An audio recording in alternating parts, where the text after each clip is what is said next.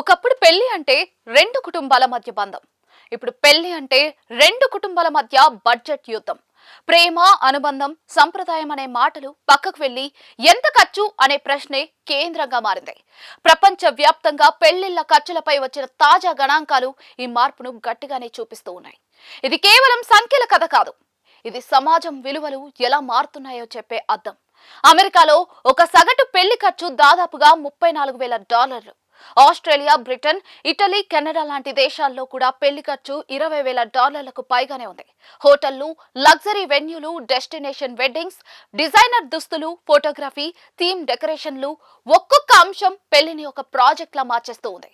ఒక రోజు కోసం ఇంత ఖర్చా అన్న ప్రశ్న వినిపిస్తున్నా కూడా ఆ ప్రశ్నకు సమాజం ఇచ్చే సమాధానం మాత్రం స్టేటస్ అనే మాట. ఆసక్తికరమైన విషయం ఏంటంటే పెళ్లికి తక్కువ బడ్జెట్ వెచ్చించే దేశాలు కూడా ఉన్నాయి. Philippines, Vietnam, Indonesia, Ukraine, Nigeria లాంటి దేశాల్లో పెళ్లి ఖర్చు $2,000 నుంచి $4,000 మధ్య ఉంది. అక్కడ పెళ్లి ఇప్పటికీ కూడా ఒక సామాజిక వేడుక.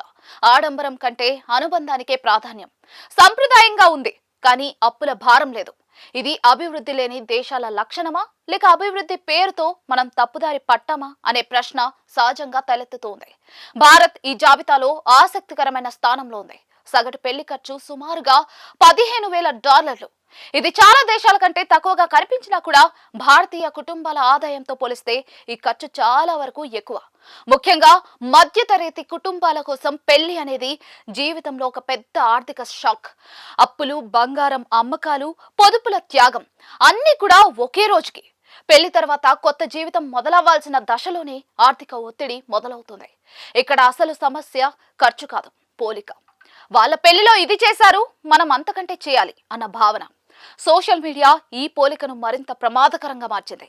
ఒక పెళ్లి వీడియో వైరల్ అయితే అదే స్టాండర్డ్ గా మారిపోతుంది. ఫలితంగా పెళ్లి వ్యక్తిగత నిర్ణయం కాకుండా సామాజిక ప్రదర్శనగా మారుతుంది. ప్రేమ కంటే లైక్స్ ముఖ్యమయ్యే స్థితి ఇది. ఇక పశ్చిమ దేశాల్లో మరో కోణం కూడా కనిపిస్తోంది. అక్కడ పెళ్లి ఖర్చు ఎక్కువైనా కూడా విడాకుల శాతం కూడా ఎక్కువే.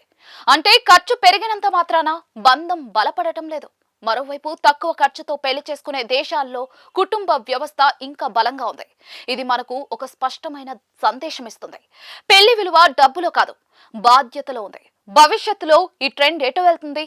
ఇప్పటికే చాలా దేశాల్లో simple weddings, court marriage, micro weddings అనే ఆలోచనలు పాపులర్ అవుతూ ఉన్నాయి. ఖర్చు తగ్గించుకుని జీవితంపై పెట్టుబడి పెట్టాలని యువత ఆలోచిస్తూ ఉంది. ఇది ఒక సానుకూల మార్పు. ఎందుకంటే పెళ్లి ఒక ప్రారంభం, ముగింపు కాదు. చివరిగా ఒక ప్రశ్న తలెత్తుతోంది. ఒక రోజు వేడుక కోసం జీవితాంతం అప్పులు మోయాలా, లేక సాధారణంగా పెళ్లి చేసుకుని ప్రశాంతంగా జీవించాలా? ఈ గణాంకాలు ఏం చెప్తున్నాయంటే పెళ్లి ఎంత ఖరీదైనదైనా కూడా సంతోషాన్ని కొనలేం. నిజమైన సంపద పెళ్లి ఖర్చులో కాదు, పెళ్లి తర్వాత జీవితంలో ఉంటుంది.